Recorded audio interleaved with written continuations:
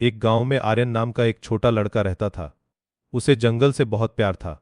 सुबह हो या शाम आर्यन हमेशा जंगल के किनारे घूमता रहता था। वह पेड़ों से बातें करता, फूलों को देखता और चिड़ियों के गीत सुनता था।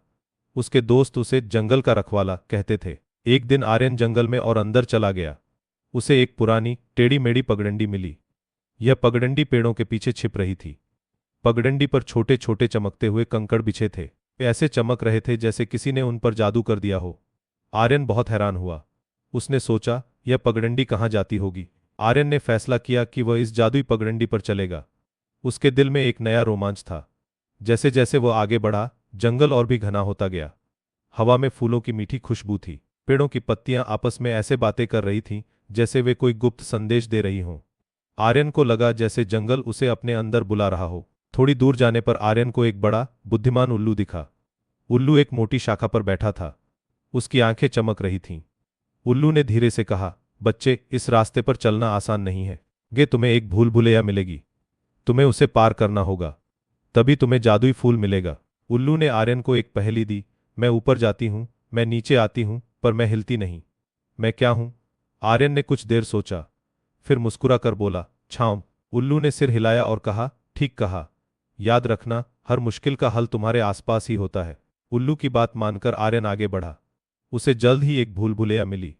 यह भूल भुलैया मोटी मोटी लताओं से बनी थी। लताएं इतनी घनी थीं कि अंदर कुछ दिख नहीं रहा था। आर्यन ने अपनी आंखें बंद की और उल्लू की बात याद की, हर मुश्किल का हल तुम्हारे आसपास ही होता है।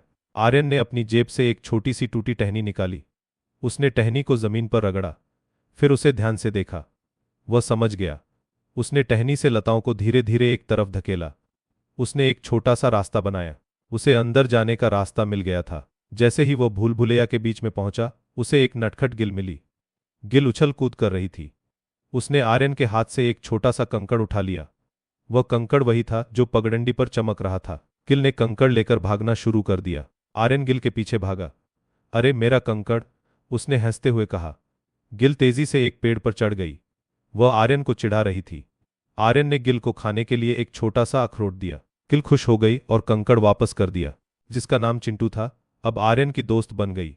चिंटू ने आर्यन को एक छिपी हुई गुफा की ओर इशारा किया। यह गुफा एक बड़े झरने के पीछे थी। पानी की आवाज बहुत तेज थी। आर्यन ने गुफा की ओर देखा तो थोड़ा डर गया, पर चिंटू ने उसे हिम्मत दी। गुफा के अंदर एक बड़ा गोल पत्थर का गोला था। वह गोला धीरे धीरे सांस ले रहा था। यह एक सोता हुआ पत्थर का रक्षक गोपू था।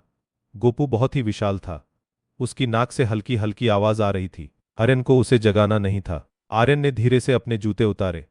वह फूंक फूंक कर कदम रखने लगा। उसने गोपू के पास से निकलने के लिए एक बहुत पतले रास्ते को चुना। चिंटू उसकी पीठ पर बैठ गई और उसे रास्ता दिखाया। गोपू हिलने भी नहीं पाया। गुफा के अंदर एक कोने में एक चमकता हुआ फूल था। वह बहुत ही सुंदर था, पर उसकी पत्तियां थोड़ी मुरझाई हुई थीं। उसकी चमक धीमी पड़ रही थी। आर्यन को लगा कि फूल उदास है। उल्लू ने कहा था, प्यार और देखभाल हर चीज को ठीक कर देती है।